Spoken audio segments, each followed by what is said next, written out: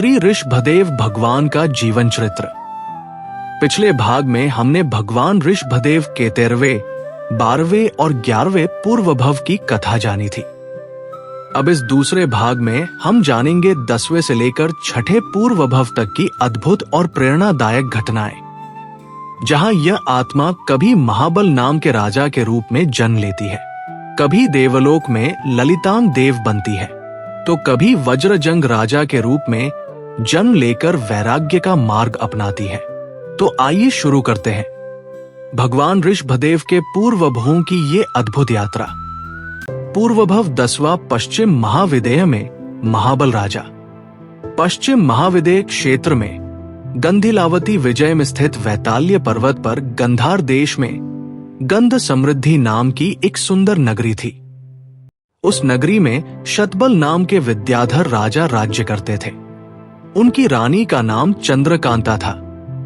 कुछ समय बाद रानी चंद्रकांता ने एक सुंदर पुत्र को जन्म दिया। उसका नाम रखा गया महाबल। यही महाबल आगे चलकर हमारे चरित्र नायक प्रथम तीर्थंकर भगवान ऋषभदेव बने। ये जीव सौधर्म नाम के देवलोक से चवकर रानी के गर्भ में जन्मा था। समय के साथ महाबल राजकुमार बड़े होने लगे और युवावस्था में प्रवेश किया। वे सभी कलाओं में निपुण, अनेक विद्याओं में पारंगत और अत्यंत रूपवान थे। उचित समय आने पर उनके माता पिता ने उनका विवाह विनयवती नाम की राजकुमारी के साथ कर दिया। कुछ समय बाद राजा शतबल ने अपने पुत्र महाबल का राज्याभिषेक किया और उन्हें उस नगरी का राजा बना दिया। पुत्र को राज्य गद्दी सौंपने के बाद राजा शतबल स्वयं आचार्य श्री के पास गए और दीक्षा ग्रहण कर ली। वे सावधानी पूर्वक संयम का पालन करने लगे और आयुष्य पूर्ण होने पर देवगति को प्राप्त हुए। अब राजा महाबल भी अपने कुशल प्रशासन और योग्य नेतृत्व से राज्य का संचालन करने लगे। उनके दरबार में 4 प्रमुख मंत्री थे: स्वयं बुद्ध, संभिन्मति, शतमती और महामती। एक दिन राजा महाबल अपने दरबार में विराजमान थे। तभी स्वयं बुद्ध नाम के मंत्री ने राजा को नमस्कार किया और उन्हें धर्म ध्यान में प्रवृत्त होने की प्रेरणा दी। ये सुनकर सभा में बैठे अन्य मंत्रियों ने कहा, बिना किसी विशेष अवसर के धर्म की प्रेरणा क्यों दी जा रही है? इस प्रकार उन्होंने अनेक तर्क देकर स्वयं बुद्ध मंत्री की धर्म प्रेरणा का विरोध करना शुरू कर दिया।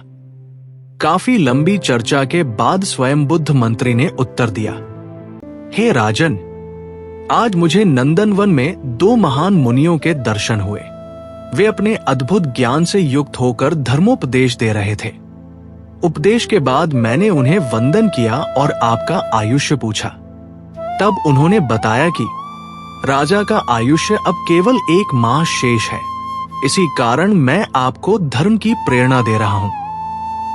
ये सुनकर राजा महाबल गंभीर हो गए। उन्होंने मंत्री को धन्यवाद दिया और तुरंत संसार का त्याग कर दीक्षा ग्रहण कर ली। इसके बाद उन्होंने 22 दिनों का अनशन, संलेखना धारण किया और अंत में पंच परमेष्ठी का स्मरण करते हुए उन्होंने शांत भाव से अपने प्राण त्याग दिए। आप देख रहे हैं YouTube चैनल जैन लाइब्रेरी। ऐसी प्रेरणादायक कहानी देखने के लिए हमारा चैनल सब्सक्राइब करना मत भूलिए। नियमित अपडेट प्राप्त करने के लिए मैसेज करें हमारे मोबाइल नंबर 94096 42834 पर और हमारे व्हाट्सएप ग्रुप से जुड़े। पूर्व भव 9, दूसरे ईशान देवलोक में ललितांग देव। राजा महाबल पश्चिम महाविदेह में आयुष्य पूर्ण करके उनका जीव दूसरे ईशान नाम के देवलोक में श्रीप्रभ विमान में ललितांग नाम के देव के रूप में उत्पन्न हुआ। देवलोक में ललितांग देव को स्वयं प्रभा नाम की एक देवी से अत्यंत गहरा स्नेह हो गया। किंतु कुछ समय बाद स्वयं प्रभा देवी का आयुष्य पूर्ण हो गया और उनका च्यवन हो गया और वो देवलोक से प्रस्थान कर गई। अपनी प्रिय स्वयं प्रभा के वियोग में ललितांग देव अत्यंत दुखी हो गए और विलाप करने लगे। अब उन्हें देवलोक के सभी सुख भी तुच्छ प्रतीत होने लगे। उनका मन कहीं भी नहीं लगता था। उधर पूर्व भव के स्वयं बुद्ध मंत्री ने भी दीक्षा लेकर आयुष्य पूर्ण किया था। उसके बाद वे दूसरे देवलोक में इंद्र के समानिक देव दृढ़धर्मा के रूप में उत्पन्न हुए। पूर्व जन्म के संबंध के कारण दृढ़धर्मा देव ललितांग देव के पास आए और उन्हें सांत्वना दी। उन्होंने ललितांग देव को समझाया कि वे अपनी प्रिय स्वयं प्रभा के प्रति मोह को त्याग दे, किंतु बहुत समझाने पर भी ललितांग देव का शोक दूर नहीं हुआ। अंत में दृढ़धर्मा देव ने अवधिज्ञान का उपयोग करके ये जाना कि स्वयं प्रभा देवी कहाँ उत्पन्न हुई है। फिर उचित उपाय करके उन्होंने ललितांग देव का पुनः स्वयं प्रभा देवी से मिलन करवा दिया। जब ललितांग देव का च्यवन काल निकट आया, तब दृढ़धर्मा देव की प्रेरणा से वे ईशानेंद्र के साथ नंदीश्वर द्वीप आदि पवित्र तीर्थों की यात्रा करने के लिए अपनी देवी के साथ निकल पड़े। एक तीर्थ की यात्रा पूर्ण करके जब वे दूसरे तीर्थ की ओर जा रहे थे, उसी मार्ग में उनका आयुष्य पूर्ण हो गया और उनका च्यवन हो गया। पूर्वभव 8वां। पूर्व विदेह में पुष्कलावती विजय में वज्रजंग। जम्बूद्वीप के पूर्व विदेह क्षेत्र में सीता नाम की महान नदी के उत्तर तट पर पुष्कलावती विजय में लोहारगल नाम का एक विशाल नगर स्थित था। उस नगर में सुवर्णजंग नाम के राजा और उनकी रानी लक्ष्मी राज्य करते थे। दूसरे ईशान देवलोक से च्यवकर ललितांग देव का जीव अब रानी लक्ष्मी के पुत्र के रूप में वज्रजंग नाम से जन्मा। यही वज्रजंग आगे चलकर हमारे चरित्र नायक प्रथम तीर्थंकर भगवान ऋषभदेव बने। उसी पुष्कलावती विजय में पुंडरीकीनी नाम की एक दूसरी नगरी थी। उस नगरी में चक्रवर्ती वज्रसेन राजा और उनकी रानी गुणुती राज्य करते थे। पूर्व जंग की प्रिय स्वयं प्रभा देवी का जीव अब रानी गुणुती की पुत्री श्रीमती के रूप में जन्मी। दोनों को यहाँ जाति स्मरण ज्ञान से अपने पूर्व जन्म का स्मरण हुआ और पूर्व जन्म के स्नेह के कारण इस जन्म में भी दोनों ने आपस में विवाह किया। राजा वज्रजंग अपनी रानी श्रीमती के साथ सुखपूर्वक जीवन व्यतीत करते हुए राज्य का संचालन करने लगे। कुछ समय बाद रानी श्रीमती ने एक पुत्र को जन्म दिया। काफी लंबे समय के बाद वहां सागरसेन और मुनिसेन नाम के दो मुनियों को केवल ज्ञान प्राप्त हुआ। जब यह समाचार राजा वज्रजंग को मिला, तो वे अपनी रानी श्रीमती के साथ केवल ज्ञानी भगवान की वंदना करने पहुंचे। वहां मुनियों की देशना, धर्मोपदेश सुनकर राजा और रानी दोनों के मन में वैराग्य उत्पन्न हो गया। उन्होंने मुनियों को वंदन किया और वापस अपने राजमहल लौट आए। रात्रि में सोने से पहले दोनों ने निर्णय किया कि प्रातःकाल अपने पुत्र को संयम लेने की बात बताएंगे। राज्य उसे सौंप देंगे और स्वयं चारित्र ग्रहण करेंगे। ये निश्चय करके दोनों निद्रा में लीन हो गए। लेकिन दूसरी ओर उनका पुत्र अत्यंत महत्वाकांक्षी था।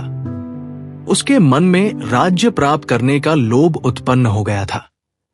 राज्य की गद्दी पाने के लिए वह आत्मबोध खो बैठा और उसने अपने ही माता पिता की हत्या करने का विचार कर लिया।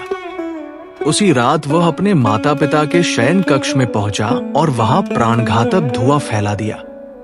उस प्राणघातक धुएं के प्रभाव से राजा वज्रजंग और रानी श्रीमती की तत्काल मृत्यु हो गई। इस प्रकार राज्य लोभ में अंधे पुत्र ने अपने ही हाथों से अपने माता पिता का करुण अंत कर दिया।